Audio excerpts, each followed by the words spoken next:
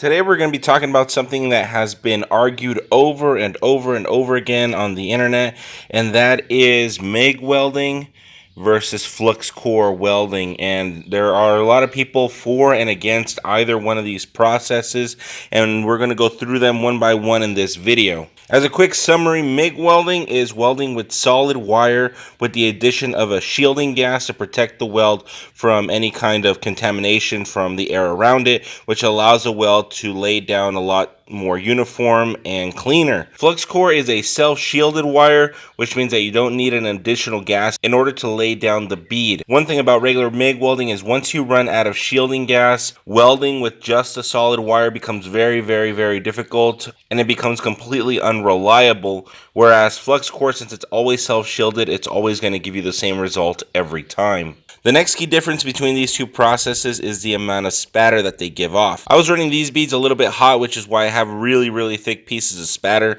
The flux core welds were done using the Decapower Extra MIG 200 SYN, and this one's a pretty neat machine. I just got this machine and I was testing out the settings to see how hot I can make the weld without blowing through the metal. Spatter is created when the weld pool is either too hot or there's too much contamination. In the case of flux core, it's a very dirty process, so you get a ton more spatter. When you get spatter the size of the spatter that's here, this is extremely hard to remove. Typically the spatter becomes a little bit smaller, a lot closer to this stuff right here, and it comes off fairly easily. But the cleanup process after a properly welded flux core weld is still significantly higher than any kind of cleanup on a MIG weld. The next thing I want to talk about is the shape of the weld pool. As you guys can see here, I have 4 different beads that I have welded using different techniques in order to get a different shape of the weld pool. For those of you wondering, I am MIG welding with my Yes Welder MIG 205DS. I've been welding with this machine for over a year now, and it's been flawless. So there's a couple things I don't like, but overall it's a pretty good machine. The 4 styles that I have here, I have zigzags, I have C's, I have push and pull, and I have circles. Jumping over to flux core, I have Z, I have zigzag, I have push pull, but you really can't tell the difference between any of them. They look exactly the same. And that's the next point that I want to make, is that the weld profile on flux core, every single time you weld it, is going to look almost exactly the same. You won't have any kind of decorative design on your flux core. No matter how hard you try, your flux core welds are always going to look exactly the same. You might be able to cool down the weld a little bit and have the ripples be a little bit more pronounced, but as for the actual shape of the weld, good luck in trying to make it form any kind of aesthetic. It's not going to do what you want it to do. It's always going to look like just a standard weld. Let's talk about cost for a second. So typically a welder that can do MIG welding can always do flux core, but a welder that can do flux core can't always do MIG. And the main difference is that they will or they will not have this fitting in the back in order to install a gas bottle. So right next to the machine, I have a 120 bottle attached to my welder. In order to refill this bottle, it's going to cost me here locally about $55 to get this thing refilled. I also had to buy the regulator and the hose. I believe this particular hose came with either my Yes Welder or my Omni Pro, I don't remember. But it came with one of these welders, so I didn't have to buy the hose separately, but I did have to buy the regulator. Inside of the welder, you're going to see that I have solid wire. You can tell by the copper looking color that's in it. And if we open up the Decapower welder, you're going to see that I have a silver colored wire, and that's how you know that this one is flux core. There's also different types of silver wire, like aluminum wire and things like that, but I can guarantee you right now this is flux core wire. My roll of 025 solid wire ran me about $60 after tax, and my roll of flux core wire actually ran $120 after tax. So as of right now, the flux core wire is 2 times more expensive than the solid wire. With that being said, before 2020, the roll of solid wire was about $40 and the roll of flux core wire was about $80. So since 2020, all the prices have gone up, everything has gone up, but the solid wire has not gone up nearly as much as the flux core wire. As for the initial cost, the flux core welder is cheaper than the MIG welder, but if you were to incorporate the amount of time it'll take to clean it, plus all the grinding discs and the flap wheels in order to clean off all the slag, plus the anti-spatter spray, cost Cost wise, it's very comparable to MIG welding. The only big difference from MIG is that you have to take the whole bottle to get either refilled or exchanged, and flux core, you just have to go buy another roll of flux core and you're good to go. So aside from the additional expense, you guys also have to keep in mind that storage is a factor when running MIG welders. So a lot of times you can get a welder that only does flux core, and the only amount of space that it's going to take is this area right here. Once you incorporate the gas bottle and the gas line and the regulator, you need to find a place to store that all. If you guys live in a one-bedroom studio apartment, that's not going to really work for you. So a lot of times where you live plays a big factor on what tools you can afford to have. Power consumption is not a big deal anymore because most of these inverter style machines are dual voltage, which means that they can run on 120 or 240 with just a simple adapter. In fact, the Deco welder actually runs on a 240 volt native circuit, and then it comes with an adapter that'll dumb it down to 120. Both of these welders I am running off of a 3500 Predator generator. This generator only does 120 volts, so that's proof enough that both of these welders are currently running on 120. A huge factor that you guys will want to consider is that you can buy solid wire in much smaller diameter than you can flux core wire. The smallest flux core wire that I can easily get at the hardware store is 030. You can also get 035 and 040, and I've even seen 045, but you cannot get any smaller than that, at least with the regular stuff you can get at the store. With solid wire, you can get 030, 025, 023, and 020, which is a really thin wire. What's important about that is as you go smaller in the wire, you have better control over the material that you're welding. There's a huge difference between 035 and 030 flux core wire. Now imagine the difference from going from 030 to 025. What that allows you to do is it allows you to get more complete burn of the weld without applying so much heat onto the base metal. So when you're doing things like body work or you're building small decorations, when you're welding with flux core,